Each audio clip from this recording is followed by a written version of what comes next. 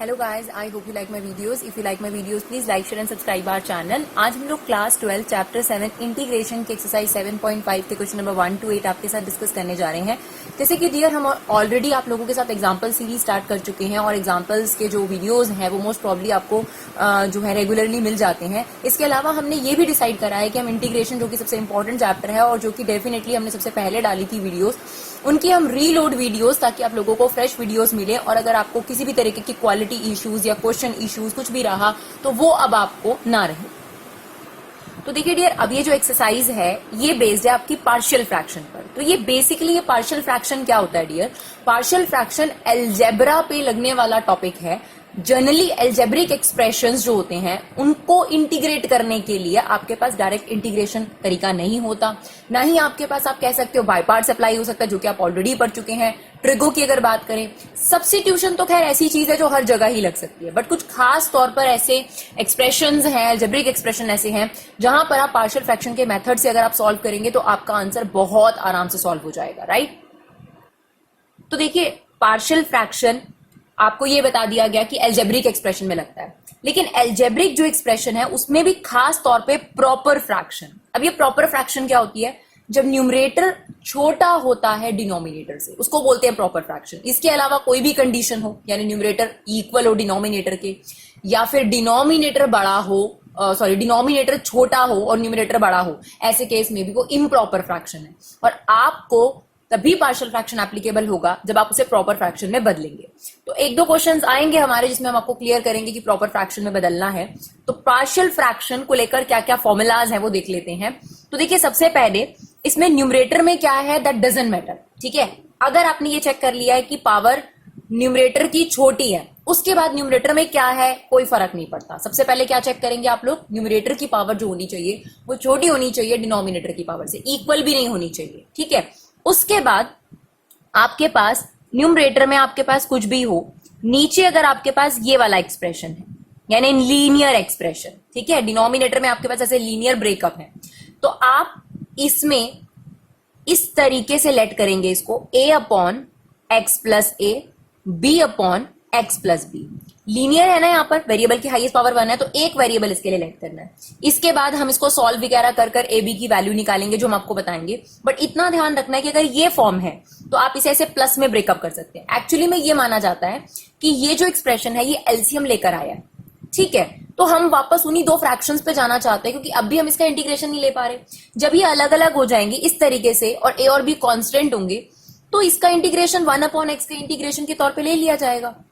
तो एक्चुअली क्या है, जनरली तो आप दो फ्रैक्शन जो प्लस में या माइनस में होती है उनका एलसीएम लेके ये बनाते हैं, लेकिन यहां पर हम क्या कर रहे हैं, उल्टा जा रहे हैं, क्योंकि हमारे लिए अभी इंटीग्रेशन लेना आसान नहीं है, लेकिन अगर हम इस फॉर्म में चले जाएंगे तो हमारे लिए इंटीग्रेशन लेना आसान हो जाएगा. तो इसके लिए यहाँ ए और बी को क्या बनाया जाए, ये बहुत सोचने की बात है. पार्शियल फ्रैक्शन आपका वो सोचने का काम हटा देता है. सिमिलरली आपके पास एक और फॉर्म होती है,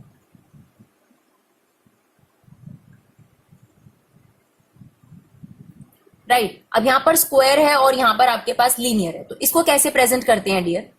a upon x plus a plus B upon x plus a का होल स्क्वायर. क्योंकि अगर स्क्वायर है, क्वाड्रेटिक है, तो दो वेरिएबल तो आने ही आने, लेकिन इस तरीके से a upon x plus a, b upon x plus a का होल स्क्वायर, और इसके लिए c upon x plus b. Right, बस ये तीन आपने ध्यान रखने, एक लीनियर वाला, एक होल स्क्वायर वाला, और एक हम बात करेंगे आपसे क्वाड्रेटिक वाला. राइट, ये देखिए, अगर आपके पास कोई क्वाड्रेटिक फॉर्मेट दे दिया गया तब क्या करना है आपने? इसके लिए क्वाड्रेटिक है ना, तो इसके लिए कुछ इस तरीके से लेट करा जाता है a x plus B upon में दैट क्वाड्रेटिक. और लीनियर के लिए ए और बी तो आप इस्तेमाल कर ही चुके हैं, सी अपॉन में एक्स प्लस बी. तो बहुत सिंपल सी चीज है, कोई बहुत सारे फॉर्मुलेज नहीं है, सिर्फ तीन आपने बातें याद रखनी है. अगर लीनियर है तो कांस्टेंट अपॉन दैट लीनियर, अगर होल स्क्वायर है तो एक बार पावर 1 और दूसरी बार पावर 2. लीनियर के लिए तो वही सेम है, कांस्टेंट अपॉन दैट थिंग. अगर क्वाड्रेटिक है तो इस तरीके से. क्यों? क्योंकि क्वाड्रेटिक का जो डेरिवेटिव होता है, अगर आप इसका डेरिवेटिव लेंगे तो कांस्टेंट एक्स प्लस बी इसी फॉर्म में आता है आपके पास. तो एक मिक्स सा देख लेते हैं ताकि आपको क्लियर हो जाए. फॉर एग्जाम्पल, हमें नहीं फर्क पड़ता कि न्यूमरेटर में क्या है, अगर न्यूमरेटर की पावर छोटी है तो अगर आपके पास x प्लस ए दे रखा है, x प्लस बी का होल स्क्वायर दे रखा है और आपको एक क्वाड्रेटिक दे रखा है, a x square plus b x plus c. तब हम क्या करेंगे, इसके लिए लीनियर है तो a upon x plus a, ये होल स्क्वायर है तो क्या करेंगे b upon x plus b, c upon x plus b का whole square, and the last one ये क्वाड्रेटिक है ना, तो D x plus e upon a x square plus b x plus c. तो आई होप आपको चीज clear हो गई होगी, हमने मिक्स कर दिया है इसको, तो इस अकॉर्डिंग आपने इसको फॉर्मेट बनाना है। और हम कर क्यों रहे हैं वो भी हमने आपको रीजन बताया क्यों। अगर इस फॉर्म में आपके पास कोई भी एल्जेब्रिक एक्सप्रेशन है तो उसका इंटीग्रेशन लेना आसान नहीं है, बहुत मुश्किल है।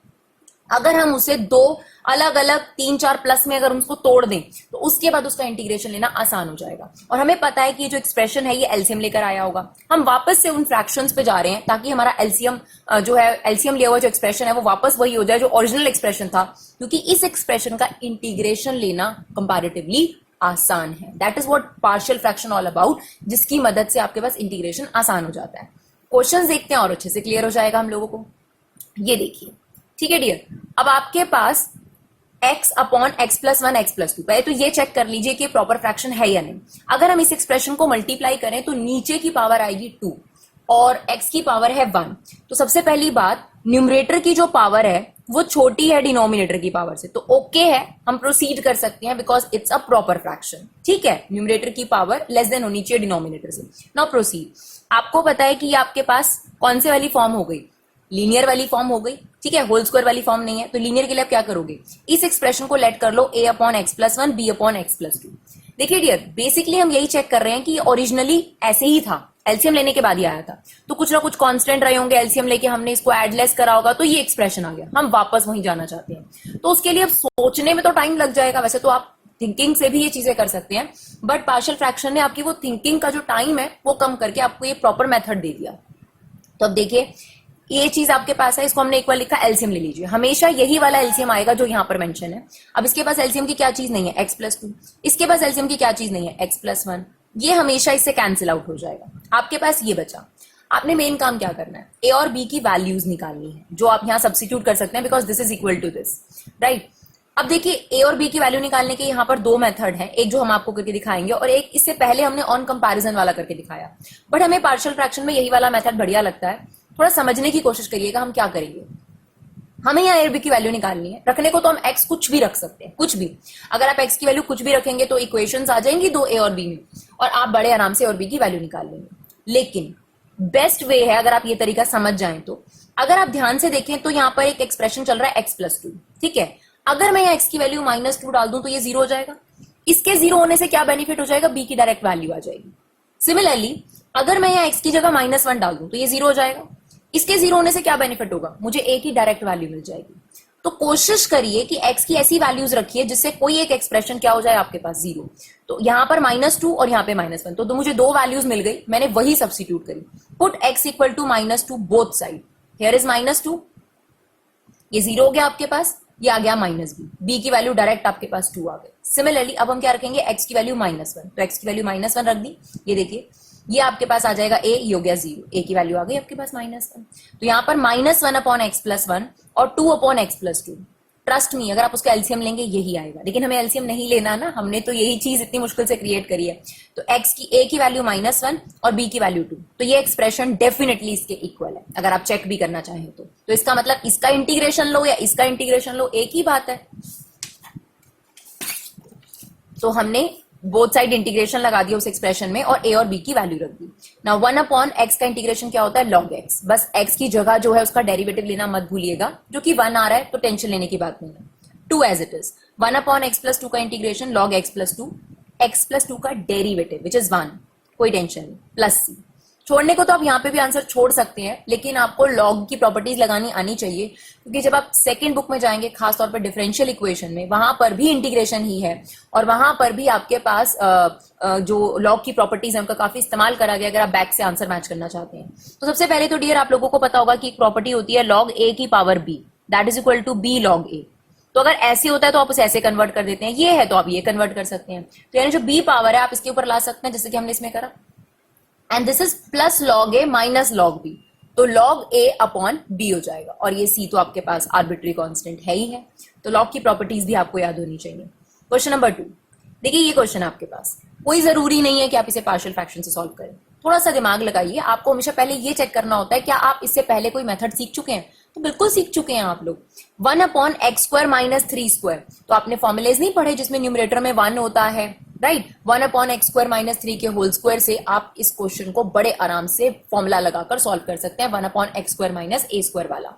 बट अगर आपको पार्शियल फ्रैक्शन सीखना है तो सबसे अच्छी बात है, पार्शियल फ्रैक्शन उन सभी अलजेब्रिक एक्सप्रेशन में लगता है जिसमें न्यूमरेटर 1 हो और जिसमें न्यूमरेटर 1 ना हो।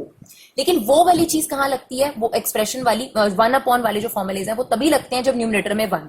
लेकिन पार्शियल फ्रैक्शन उनमें भी लग जाता है और जिनमें 1 के अलावा कोई और चीज हो वहां भी लग जाता है। यानी पार्शियल फ्रैक्शन कहीं ना कहीं ज्यादा ब्रॉड कंसेप्ट हुआ उन फॉर्मूले कैटेगरी से।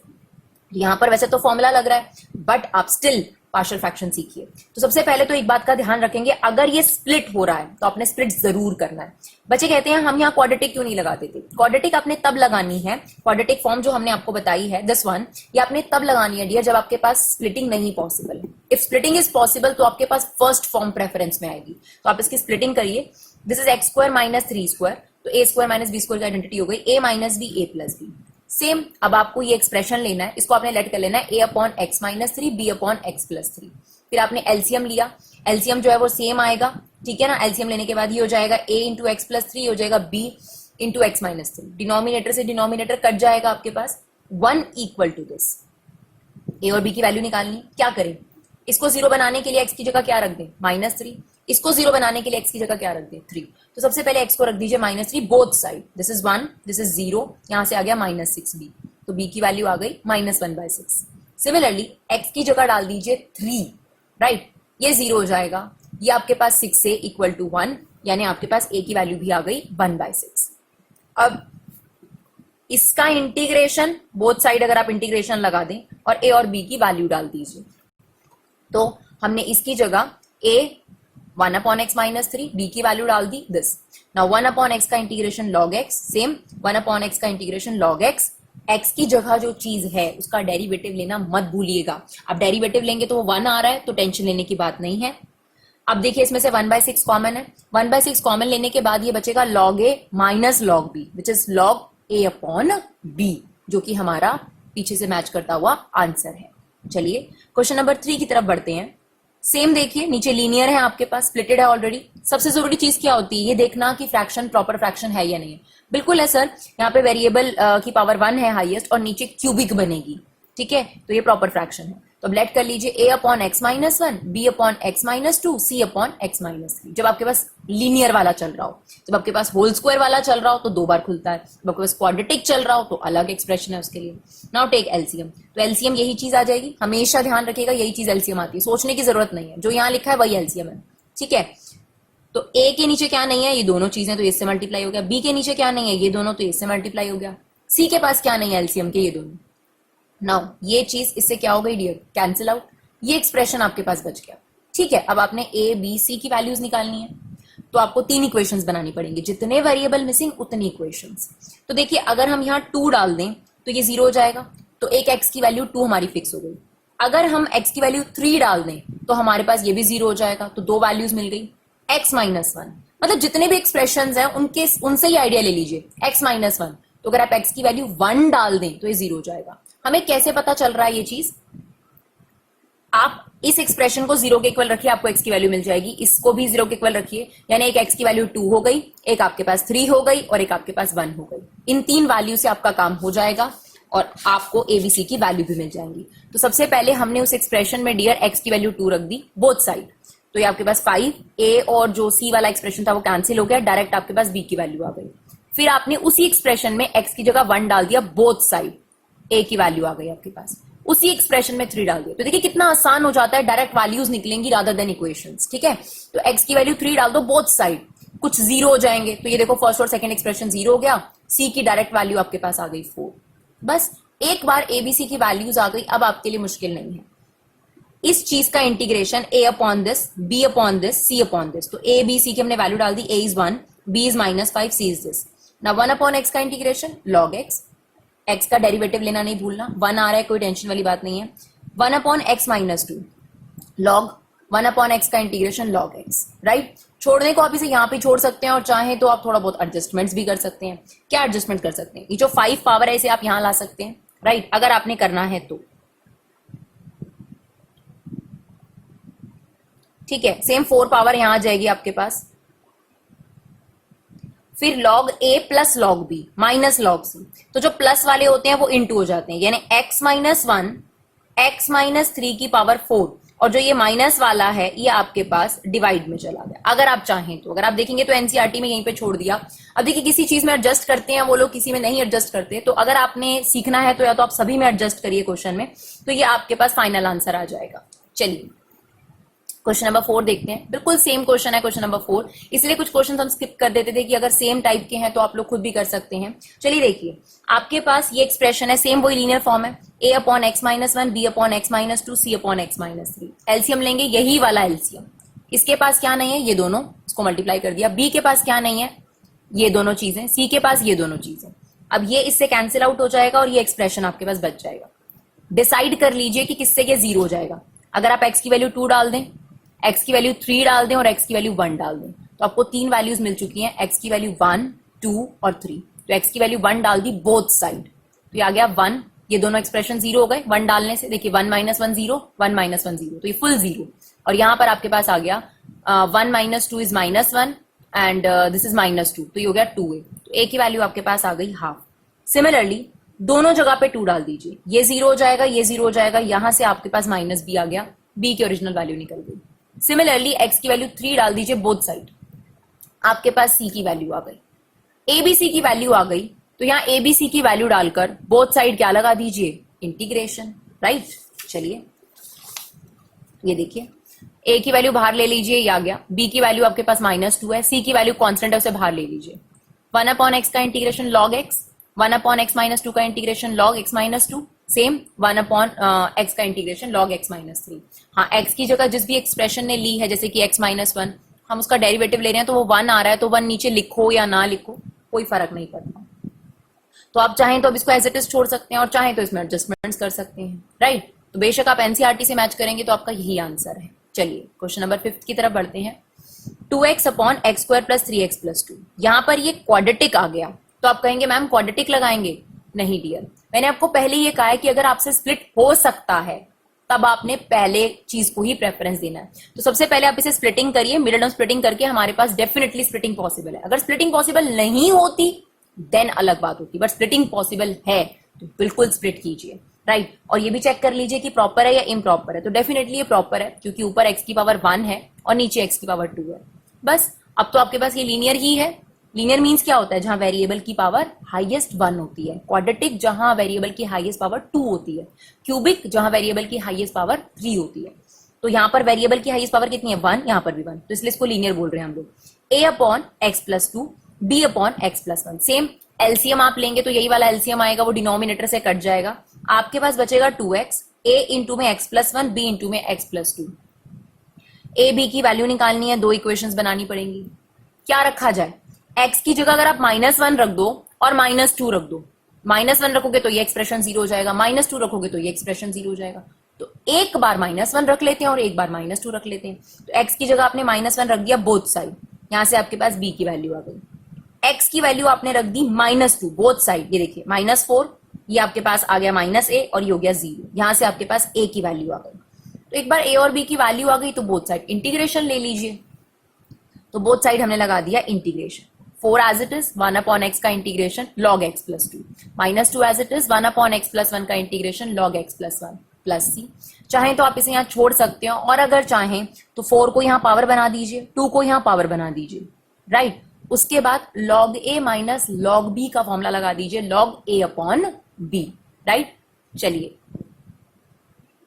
अब हमारे पास है question number 6 and very good question, जिसका अभी तक हम वेट कर रहे थे proper fraction. Now we have a question of proper fraction, sorry improper fraction, right. सबसे पहले तो आप एक काम करिए, x को अंदर मल्टीप्लाई करिए, ये हो गया आपके पास। क्वाड्रेटिक में जनरली पहले अगर हम क्वाड्रेटिक की बात करें, क्वाड्रेटिक का स्टैंडर्ड फॉर्म क्या होता है? एक्स स्क्वायर वाली टर्म पहले चलनी चाहिए, फिर एक्स वाली टर्म होनी चाहिए और फिर कांस्टेंट वाली टर्म होनी चाहिए। तो ऊपर भी स्टैंडर्ड फॉर्म नहीं है, नीचे भी स्टैंडर्ड फॉर्म नहीं है, तो हमने ऊपर भी माइनस कॉमन ले लिया, नीचे भी माइनस कॉमन ले लिया, ताकि हिसाबन स्क्वायर वाली टर्म पहले आ जाए। तो माइनस से माइनस हमारा क्या हो गया, कट गया। उसके बाद हमने इसको देखा तो यहाँ पर न्यूमरेटर की पावर डिनोमिनेटर की पावर के बराबर हो गई, जो कि इस बात का क्लू है कि एक इम्प्रॉपर फ्रैक्शन है। प्रॉपर फ्रैक्शन के लिए क्या जरूरी होता है, न्यूमरेटर की पावर छोटी ही होनी चाहिए डिनोमिनेटर की पावर से। तो यहां पर आपके पास इम्प्रॉपर फ्रैक्शन है, इसे प्रॉपर फ्रैक्शन में बदलने के लिए हमें डिवीजन करनी पड़ेगी। तो आप डिवाइड करिए, आपके पास ऊपर वाला हमेशा डिवीजन में अंदर आता है और इसको बाहर। अब यहां पर हमें एक्स स्क्वायर चाहिए और यहाँ 2x स्क्वायर है, तो 2x स्क्वायर को किससे मल्टीप्लाई करें कि एक्स स्क्वायर आ जाए, तो डेफिनेटली हाफ से। हाफ को इससे मल्टीप्लाई करा तो एक्स स्क्वायर आ गया, हाफ को इससे मल्टीप्लाई करा तो माइनस हाफ एक्स आया। इसके नीचे नहीं लिख सकते क्योंकि कांस्टेंट टर्म है, यहां आ गई। साइन चेंज कर दीजिए, ये इससे कैंसिल आउट हो गया, राइट। फिर लॉजिकली अगर अलजेब्रिक फॉर्म की बात करें तो पहले एक्स वाली टर्म आती है, इसका साइन चेंज नहीं होता डियर, ये ऊपर है, ये एज इट इज आ गया। तो this is your remainder, this is your divisor and this is your quotient. तो कभी भी आपने मिक्स्ड फ्रैक्शन में, ये जो इम्प्रॉपर फ्रैक्शन है इसको आपने मिक्स्ड फ्रैक्शन में कन्वर्ट करना है, that is QRD, quotient remainder upon divisor, quotient remainder upon divisor, QRD। तो क्वोशिएंट लिखिए, रिमाइंडर लिखिए अपॉन डिवाइजर। ये मिक्स्ड फ्रैक्शन ही है क्योंकि मिक्स्ड फ्रैक्शन में आप यही करते हैं ना, this into this plus this, और मिक्स्ड फ्रैक्शन में भी यही होता है। देखिए अगर आपके पास 2 1/3 है या ऐसे है तो एक ही बात है, एक ही चीज आप लोग करते हैं, आप चेक कर लीजिए बेशक। 3 2 6 + 1 सेम है, अगर आप यहाँ एलसीएम लेंगे तो भी वही बात है। तो Q + R अपॉन D, इसमें आपके पास क्वोशिएंट है 1/2, रिमाइंडर है ये, और डिवाइजर है आपके पास ये। इस फॉर्म में आप इसे प्रेजेंट कर दीजिए तो ये कम से कम प्रॉपर फ्रैक्शन दिखने लग जाएगी। तो आप देखिए इस एक्सप्रेशन को हमने लिख दिया Q + R upon D, right, जिसमें से इसका इंटीग्रेशन तो अभी पॉसिबल है तो हमने ले लिया 1/2 को बाहर लेकर 1 का इंटीग्रेशन x। इसको हमने I1 लेट कर लिया, अलग से इसको सॉल्व करता है, तो ये हमने I1 लिया। अब अगर हम देखें तो दिस अपॉन दिस हो सकता है। पहले तो हमने नीचे से x कॉमन ले लिया, x कॉमन लेने से क्या आ गया 2x - 1। Now this upon this. जब हमने दिस अपॉन दिस करा तो उसमें से हाफ बाहर आ गया एंड ये अलग हो गया। अब अगर यहाँ देखा जाए तो x से x कैंसिल आउट हो गया। अब तो ये सिंपल एक्सप्रेशन है, इसका इंटीग्रेशन हम log के रिस्पेक्ट में ले सकते हैं। 1/x का इंटीग्रेशन क्या होता है, log x। जिस चीज ने x की जगह ली है उसका डेरिवेटिव, जो हम अभी तक आपको बोलते हुए आ रहे थे और यूज नहीं हुआ था, इसका डेरिवेटिव 2, वो आप डिनोमिनेटर में लिखेंगे। अगर आप ये भूल जाएंगे तो आपके आंसर में मिस्टेक आ जाएगी। इसीलिए हम बार बार कह रहे थे कि उन चीजों को बार बार बोलिए ताकि आपकी गलती ना हो। इसको आपको पार्शियल फ्रैक्शन सॉल्व करना पड़ेगा, तो इसको हमने I2 ले लिया, तो ये I2 हम ले लेते हैं और इसको अलग से सॉल्व कर लेते हैं। तो बहुत आसान है, लीनियर वाला ही है, a/x एंड b/2x - 1। कई स्टूडेंट्स को लगता है कि यहाँ x + a तो नहीं है, कोई बात नहीं, ये किसने कहा कि आपके पास a होना ही चाहिए। बस आपको ये पता होना चाहिए कि अगर आपके पास लीनियर फॉर्म है, दैट मीन्स दिस फॉर्म, जरूरी नहीं है a कुछ हो, राइट, अब b कुछ हो, तो ये वाली फॉर्म ही आपके पास एप्लीकेबल होगी। तो this is a/x b/2x - 1। Same वही आपने एलसीएम लिया होगा, तो यहाँ 1 बच गया होगा, ये a इंटू में 2x - 1 और ये b इंटू में x, डिनोमिनेटर कट गया होगा। अब x की वैल्यू क्या रखें, एक तो x की वैल्यू 0 रख दोगे तो ये 0 हो जाएगा, और अगर आप यहाँ पर x की वैल्यू हाफ रख दोगे तो ये 0 हो जाएगा। हमें कैसे पता चलता है, हम जो एक्सप्रेशन गिवन होता है उसे ही 0 के इक्वल रख देते हैं। जैसे यहाँ पर भी देखिए, इसको आप 0 के इक्वल रखेंगे तो x की वैल्यू आपको हाफ पता चल गई। तो एक तो x की वैल्यू 0 और एक x की वैल्यू हाफ, बेनिफिशियल रहेगी आपके लिए। तो हमने रख दिया x 0 1, ये वाला 0 हो गया आपके पास, a की वैल्यू डायरेक्ट आ गई आपके पास -1, राइट। सिमिलरली अब आप रख दीजिए बोथ साइड x की वैल्यू हाफ, ठीक है, तो आपके पास b की वैल्यू आ गई 2। बस अब आप I2 का इंटीग्रेशन ले लीजिए, -1/x dx, ये जो a की वैल्यू थी, b की वैल्यू हमने इंटीग्रेशन से बाहर ले ली, 1/x का इंटीग्रेशन log x, इसका इंटीग्रेशन वही सेम log 2x - 1, x की जगह 2x - 1 नहीं लिया तो उसका डेरिवेटिव दैट इज 2, तो ये इससे कैंसिल आउट हो जाएगा। अब आपने क्या करना है, I की वैल्यू थी आपके पास half of x plus I1, और I1 की वैल्यू ये थी, तो आपने क्या करना है, ये पुट करना है, और जो आपने I2 की वैल्यू लगाई है वो भी पुट कर दीजिएगा, ठीक है। तो आपके पास ये आ गया -I2, दैट मीन्स ये जो एक्सप्रेशन आपके पास आया, तो ये माइनस माइनस आपके पास क्या हो जाएगा प्लस, और ये हो जाएगा आपके पास माइनस, राइट। अब इसे थोड़ा सा सिंप्लीफाई अगर आपने करना है तो आप सिंप्लीफाई कर सकते हैं, ये as it is, this is 1/log 2x - 1, this is log 2x - 1। तो आप चाहें तो इसमें से log 2x - 1 कॉमन ले लीजिए। जब आप इन दोनों एक्सप्रेशन में से log 2x - 1 कॉमन ले लेंगे तो आ जाएगा 1/4 - 1। तो अगर आप इसे सॉल्व करेंगे तो वो आ जाएगा -3/4, तो it's -3/4 log 2x minus 1 modulus plus C. I hope it's clear. चलिए क्वेश्चन नंबर 7 की तरफ चलते हैं। यहां पर डियर आपके पास दूसरी कैटेगरी भी आ गई, क्वाड्रेटिक वाली, होल स्क्वायर वाली नहीं, क्वाड्रेटिक वाली। क्यों? एक्स स्क्वायर प्लस 1 को आप ब्रेक नहीं कर सकते। If it is x square minus 1 then it's possible to divide, but otherwise अगर आप इस पे बात करोगे तो आप इसे स्प्लिट नहीं कर सकते। तो यहां पर हमें क्वाड्रेटिक फॉर्म लगानी पड़ेगी और यहाँ लीनियर फॉर्म लगानी पड़ेगी। तो क्वाड्रेटिक के लिए क्या होता है, a x plus B upon that quadratic, और ए और बी तो आप इस्तेमाल कर चुके हैं, तो इसके लिए कौन सा वेरिएबल आएगा, नेक्स्ट वाला, c upon x minus 1। Take an LCM. LCM हमेशा यही वाला आता है जो यहाँ लिखा हुआ है, वही एलसीएम आ गया आपके पास। इसके पास क्या नहीं है, एक्स माइनस 1, इसके पास क्या नहीं है, एक्स स्क्वायर प्लस 1, ये इससे कैंसिल आउट हो गया, ये एक्सप्रेशन आपके पास बचा। अब x की वैल्यू आप क्या रखें कि ये 0 हो जाए। एक तो यहां से आपको थोड़ा आइडिया मिल रहा है कि अगर हम 1 रख देंगे तो ये एक्सप्रेशन 0 हो जाएगा। तो एक तो डियर x की वैल्यू रख दीजिए 1। बाकी डियर अगर आप देखेंगे तो यहां पर हमें x की ऐसी कोई और वैल्यू नहीं मिल रही है जिससे ये 0 हो जाए। कोई बात नहीं, घबराने की जरूरत नहीं है, कुछ भी रख दीजिए, कुछ भी, टेंशन नहीं है, कुछ भी रख सकते हैं, तब भी आंसर आ जाएगा आपके पास, कुछ ना कुछ इक्वेशंस बन जाएंगे आपके पास। तो ये एक्सप्रेशन था आपके पास, हमने एक बार x की वैल्यू 0 रख दी, 0 रखी तो ये 0 हो गया, ये आ गया b और ये हो गया -1, ये आपके पास आ गया c। b और c में आपके पास इक्वेशन आ गई minus B plus C equal to 0, जिससे आप ये आइडिया लगा सकते हैं कि b किसके इक्वल है, c के इक्वल है। फिर हमें एक तो पहले से ही पता था कि आप x की वैल्यू 1 रख सकते हैं, बोथ साइड x की वैल्यू 1 रख दीजिए, बोथ साइड, तो आपके पास c की वैल्यू आ गई। तो b और c की वैल्यू अभी हमने ऊपर पता करा कि सेम है, तो फिर तो b की वैल्यू भी वही है और जो c की वैल्यू है, तो c की वैल्यू हाफ आई है, b की वैल्यू भी हाफ आ गई। हमें 3 वैल्यूज निकालनी है, 2 वैल्यूज निकल गई हैं। अब क्या पुट करें, कुछ आइडिया नहीं है, कुछ भी रख दीजिए, -1 रख दीजिए, 2 रख दीजिए, -2 रख दीजिए, एक इक्वेशन बनकर आ जाएगी, सिंपल। इसमें कोई भी ज्यादा सोचने की जरूरत नहीं है, आप कुछ भी आर्बिट्री बेसिस पे रख दीजिए। आपने यहाँ 2 रख दिया बोथ साइड, तो आपके पास देखिए इस तरीके से इक्वेशन बनकर आ गई। इक्वेशन बनकर आ गई तो उसमें b और c की वैल्यू डाल दी हम लोगों ने। अब इन दोनों को अगर आप सॉल्व करेंगे दैट इज 6/2, तो ये 3 आ गया, ये वहां जाकर माइनस हुआ, सॉल्व करके आपके पास किसकी वैल्यू आ गई, a की। तो आपका काम हो गया, आपके पास a b c 3 वैल्यूज आ चुकी हैं। अब आप इनका इंटीग्रेशन ले सकते हैं। देखिए ये था आपके पास, और हमने क्या लेट करा था, ax plus B upon this, sorry quadratic वाला, ax plus B upon this, a की वैल्यू, b की वैल्यू और ये क्वाड्रेटिक, प्लस c की वैल्यू हाफ थी, उसे हमने बाहर ले लिया, 1 अपॉन दिस। नाउ यहां पर क्या करेंगे आप, this upon this, this upon this, split कर दीजिए, this upon this, this upon this. जब आप दिस अपॉन दिस करेंगे तो माइनस हाफ बाहर आ गया और ये रह गया। सिमिलरली जब आपने दिस अपॉन दिस करा, हाफ बाहर आ गया और ये, ठीक है। अब आपने इनका इंटीग्रेशन लेना है, तो ये डियर यहाँ पर सब्स्टिट्यूशन लगेगा, तो आप इसे I1 लेकर अलग से सब्स्टिट्यूट जरूर करिएगा। हम यहाँ डायरेक्ट करके दिखा रहे हैं, x एज इट इज, इसको हमने t लेट करा है, डेरिवेटिव आएगा इसका 2x, तो ये हो जाएगा dt अपॉन 2x, राइट। यहाँ पर डायरेक्ट इंटीग्रेशन है, this is 1 upon 1 plus x square, tan inverse x का आपके पास इंटीग्रेशन होता है, और ये भी log x माइनस 1, बस x का डेरिवेटिव दोबारा ले लीजिएगा। यहाँ पर हमने x से x कैंसिल आउट कर दिया, 1/2 इसके साथ मल्टीप्लाई हुआ, -1/4, 1 अपॉन t का इंटीग्रेशन log t, ठीक है।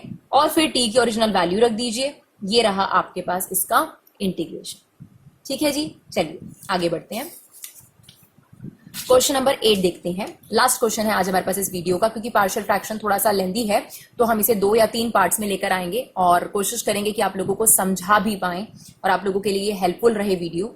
चलिए क्वेश्चन नंबर 8, इसमें देखिए होल स्क्वायर वाली कैटेगरी आ गई, ठीक है। तो चलिए बहुत अच्छी बात है कि आप ये फर्स्ट वीडियो के अंदर ही आपको तीनों कैटेगरीज क्लियर हो गई। अब तो आप आगे के क्वेश्चन खुद से ट्राई भी कर सकते हैं, जब तक हमारा नेक्स्ट पार्ट आता है, तब तक आप लोगों की कोई प्रॉब्लम होगी तो वो भी क्लियर हो जाएगी। चलिए ये आपको क्वेश्चन दे रखा है, तो आपको पता है कि जब होल स्क्वायर वाली कैटेगरी होती है तो इसके लिए हम 2 बार खोलते हैं, a upon x minus 1, b upon x minus 1 का होल स्क्वायर, एंड ये लीनियर है, c upon x plus 2। LCM लेंगे, यही वाला एलसीएम आएगा, यही लिख दीजिए। इसके पास क्या नहीं है एलसीएम का, एक तो x माइनस 1 और एक x प्लस 2, ठीक है, तो उससे मल्टीप्लाई कर दीजिए। इसके पास क्या नहीं है एलसीएम का, सिर्फ x प्लस 2, इसको x प्लस 2 से इंटू कर दिया। इसके पास क्या नहीं है एलसीएम का, x माइनस 1 का होल स्क्वायर, मल्टीप्लाई कर दीजिए, ये इससे कैंसिल आउट हो गया। ये बचा आपके पास expression. a b c 3 values निकालनी है तो 3 इक्वेशंस बनानी पड़ेंगी, ढूंढ लीजिए ना, बहुत आसान है। देखिए इसको 0 बनाने के लिए x को 1 रख सकते हैं, इसको 0 बनाने के लिए x की वैल्यू -2 रख सकते हैं, बस 2 ही हमें मिली, कोई बात नहीं, 2 तो मिल गई। चलिए सबसे पहले देखिए हमने x को रख दिया 1, जब हमने x को 1 रखा तो ये 1, ये 0 हो गया, ये 0 हो गया, डायरेक्ट आपके पास b की वैल्यू आ गई। फिर हमने रख दिया x की वैल्यू -2, क्योंकि अगर हम यहाँ -2 रख देंगे तो इससे ये 0 हो जाएगा। मतलब जो भी आपके पास एक्सप्रेशन चल रहे हैं, आप कह सकते हैं डिनोमिनेटर में, उन्हीं को 0 के इक्वल रखकर आइडिया लगा लीजिए कि आप x की वैल्यू क्या रख सकते हैं। तो दो वैल्यूज आपको मिल गई, 1 और -2। आपने -2 रखा तो देखिए c की वैल्यू आ गई। अब क्या रखें नहीं पता, कुछ भी रख दीजिए, 0 रख दीजिए, 2 रख दीजिए, 3 रख दीजिए। हमने रख दिया 0, तो ये 0 हो गया और ये ABC में आपके पास इक्वेशन बनकर आ गई। ठीक है जी, आपके पास B और C की वैल्यू ऑलरेडी आई हुई है, इस इक्वेशन में पुट कर दीजिए, आपके पास A की वैल्यू निकल कर आ जाएगी। ये देखिए B और C की वैल्यू डाल दी हमने, उसे सॉल्व करा तो हमारे पास A की वैल्यू निकल कर आ गई। आई होप ABC की वैल्यूज तो हम निकाल ही लेंगे। चलिए, अब आपके पास ये था तो A अपॉन x -1, तो A की वैल्यू है ये x 1 अपॉन ये था। फिर था B की वैल्यू आपके पास, this is 1 upon x minus a का होल स्क्वायर, एंड C की वैल्यू दिस। तो कॉन्स्टेंट्स को आप बेशक जो है इंटीग्रेशन से बाहर ले लीजिए। 1 अपॉन x -1 का इंटीग्रेशन log x -1। इसका इंटीग्रेशन कैसे लेंगे, ध्यान से सुनिएगा, इसका इंटीग्रेशन log नहीं होता।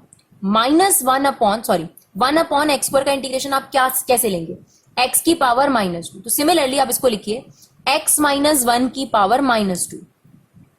अब इसका इंटीग्रेशन क्या होगा, x -1 की पावर -2 + 1 अपॉन -2 + 1। ठीक है, तो ये आ गई x -1 की पावर -1 अपॉन में -1। तो पावर को नेगेटिव नहीं रहने देते, रेसिप्रोकल हो जाएगा, तो -1 अपॉन दिस। या आप ये भी याद रख सकते हैं 1 अपॉन एक्स स्क्वायर का जो इंटीग्रेशन होता है वो -1 अपॉन एक्स होता है। अगर आप अपना टाइम बचाना चाहते हैं तो कुछ चीजें इस तरीके की याद कर सकते हैं, नहीं तो आपने इसको लिखा x -1 की पावर -2, x -1 की पावर n+1 n+1, यही होता है। ये हो गई x -1 की पावर -1, और नीचे जो -1 है उसे आप ऊपर भी लिख सकते हैं, कोई दिक्कत नहीं है उसके अंदर। तो अब पावर को नेगेटिव नहीं रहने देते, उसे नीचे ले गए, तो यही देख सकते हैं हमारा यहाँ पर इंटीग्रेशन। अब इन दोनों की अगर आप बात करेंगे तो इसमें 2/9 कॉमन है। 2/9 कॉमन लेने के बाद ब्रैकेट में ये बच गया log a minus log b, तो बन गया log a अपॉन b, और ये आपके पास बाकी का एक्सप्रेशन है। तो ये आपके पास फाइनल आंसर आ गया। आई होप आपको ये वीडियो समझ में आया हो। प्लीज ज्यादा से ज्यादा इसे शेयर करिए, हमें सपोर्ट करिए ताकि हम लोग मोटिवेट हों और ज्यादा वीडियोस बनाने के लिए। हमें आप लोगों के सपोर्ट की बहुत ज्यादा जरूरत है। Thank you so much guys for 11 support, keep supporting your classes.